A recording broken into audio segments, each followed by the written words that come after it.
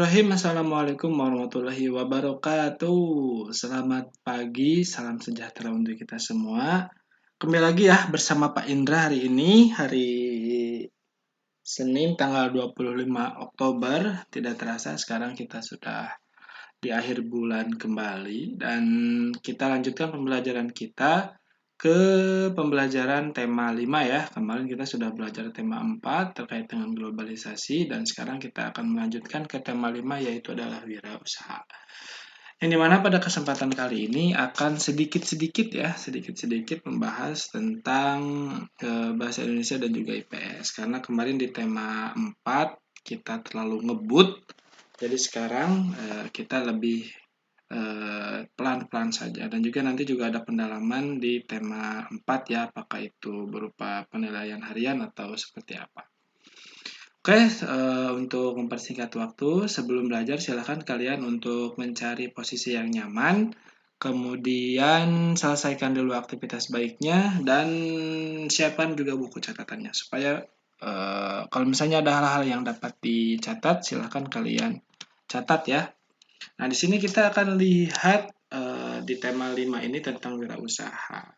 Seandainya kalau misalnya kita tidak ada pandemi ya atau tidak ada pembatasan dalam tatap muka, mungkin kita akan mencoba untuk bazar ya seperti yang ada di sini. Misalnya ada yang jual buku, ada yang jual makanan gitu ya. Jadi wirausaha itu adalah sebuah cara bagaimana kita usaha gitu ya. Usaha itu mencari uang gitu.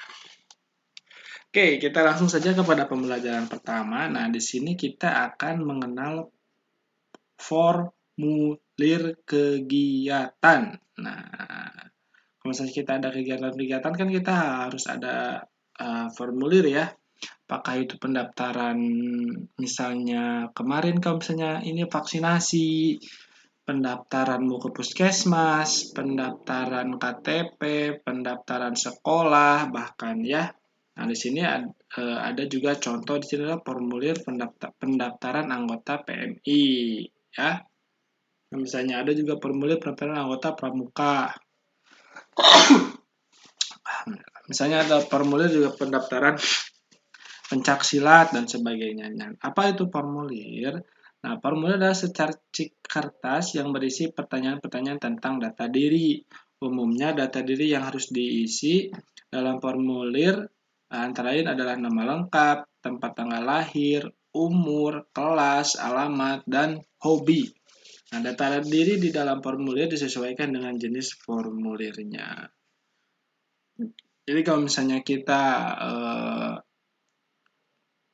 hendak membuat suatu kegiatan gitu ya, atau memang sebuah perkumpulan yang memang memerlukan data diri atau misalnya hal-hal yang kita butuhkan, kita dapat menggunakan formulir. Namun pada era sekarang ya, formulir itu sudah sangat berkembang ya. Kalau misalnya kita ingin membuat formulir itu tidak perlu di print ya, atau menggunakan secarcik kertas, kita bisa menggunakan secara online. Nah, contohnya di sini nih, mungkin coba Pak Enda sedikit sampaikan ya. Nah, di sini salah satunya adalah layanan dari Google ya. Nah, kalau misalnya kalian ketik di web browser kalian, misalnya form, nah ini nih, form.google.com, kalian tinggal enter saja. Nah, nanti akan muncul seperti ini ya. Nah, tinggal kalian mau pilih mau template atau misalnya yang benar-benar baru, nah silahkan kalian klik kosong di sini. Nah, maka kita akan dapat membuat sebuah formulir secara online ya, formulir. Nah, kita kasih judul misalnya. Di sini judulnya adalah pendaftaran anggota futsal misalnya ya kalau yang cowok-cowok nih. Nah, di sini pertanyaannya pertamanya mau apa? Mau nama. Misalnya kita perlu nama orang lain, kita tulis nama. Nah, di sini ada banyak nih, ada jawaban singkat, paragraf. Nah, kalau misalnya jawaban singkat itu yang pendek-pendek ya. Kalau misalnya ingin kalian jawabannya yang panjang, kalian pilih paragraf. Jadi nanti si pengisi itu dapat panjang lebar gitu ya, atau misalnya di sini pilihan ganda. Kemudian masih banyak lagi ya. Nah, nanti ini mungkin lebih luasnya lagi nanti lah ya. Nah, sekarang lebih ke jawaban singkat, paragraf, dan pilihan ganda dulu. Nah, jawaban singkat. Jadi misalnya nanti si responden itu dapat melihat. Nah, di sini ada untuk menambahkan pertanyaan, kemudian import pertanyaan. Nah, ini mah nanti ya. Nah, ini yang penting ini dulu nih. Yang penting jawaban singkat, kemudian ditambah pertanyaan supaya bisa kita nambahkan pertanyaan berikutnya. Tambah, nah, maka akan ada pertanyaan berikutnya. Tinggal kasih misalnya kelas. Ini bisa dikasih. Nah, ini bisa nih, bisa yang pilihan ganda ya. Misalnya kelas 1 tambah pilihan ganda yang lain, kelas 2, kelas 3, kelas 4, kelas 5, dan kelas 6. Kelas 6 misalnya begitu ya. Ada lagi nggak kira-kira pertanyaannya ya? Alamat itu ya. Nah, kalau alamat kan biasanya panjang. Nah, maka di sininya paragraf. Gitu ya. Nah, kita ingin lihat nih gimana nih formulir kita bisa kita pertinjau di sini. Nah, maka nanti yang dilihat oleh pengisi adalah seperti ini, ya. Atau misalnya kita bisa tambahkan deskripsi di sini. Formulir pendaftaran, formulir pendaftaran anggota futsal SDN 202 Suryalaya misalnya ya. Nah, terus gimana Pak cara ngirim ke orang lainnya biar bisa diisi? Nah, kita bisa klik kirim di sini ya. Kirim. Nah, nanti di sini ada yang amplop, ada yang seperti ini ya. Link, tautan, dan ada juga yang embed. Nah, ini yang harus kita ketahui, yang harus kalian kuasai adalah yang ini nih, yang tengah ya. Kalau ini kan dikirim ke email. Kalau ini nggak perlu. Nah, tinggal mau diperpendek boleh, nanti tinggal disalin. Nah, link ini yang diberikan kepada orang lain ya. Mudah kan? Nah, itulah cara membuat form ya atau formulir online. Ini judulnya juga boleh di situ. Ya, bisa ya. Nah, itu adalah bagaimana cara kita membuat formulir secara online. Nah, mungkin nanti tugasnya kalian buat formulir sederhana ya, sederhana seperti ini. Di handphone juga bisa ya. Oke, kita lanjut ke pembelajaran kita.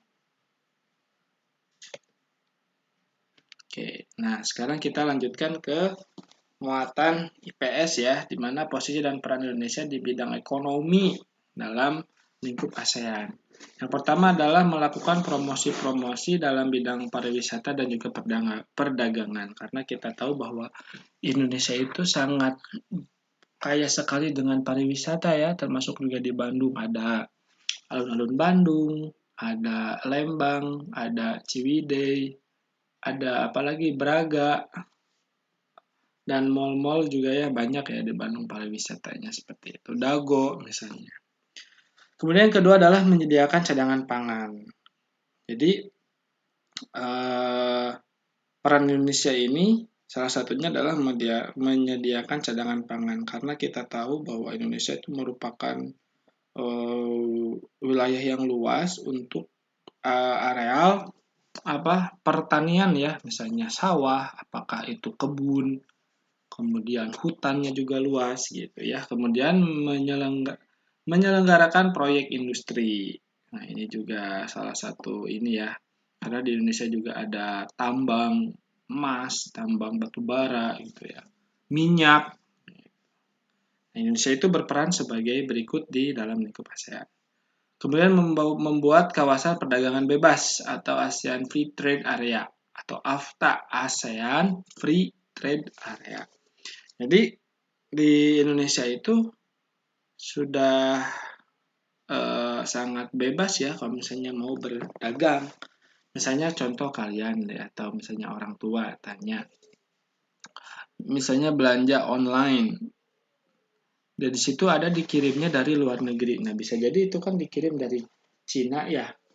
Gitu. Jadi itu sudah sangat bebas. Nah, selanjutnya ini AFTA. AFTA itu apa tadi? ASEAN Free Trade Area ya. Ingat ya, kalau ASEAN-nya apa? Association of Southeast Asian Nation. Nah, kalau AFTA adalah ASEAN Free Trade Area. Nah, AFTA merupakan bentuk kerjasama negara-negara ASEAN di bidang ekonomi. Nah, kerjasama tersebut berupa pengelolaan produk-produk lokal yang berada di negara-negara ASEAN. Nah, bagi Indonesia, kerjasama tersebut dapat meningkatkan pendapatan negara dan mengurangi pengangguran. Nah, selain juga kita bisa beli barang-barang dari luar negeri secara bebas, misalnya via online.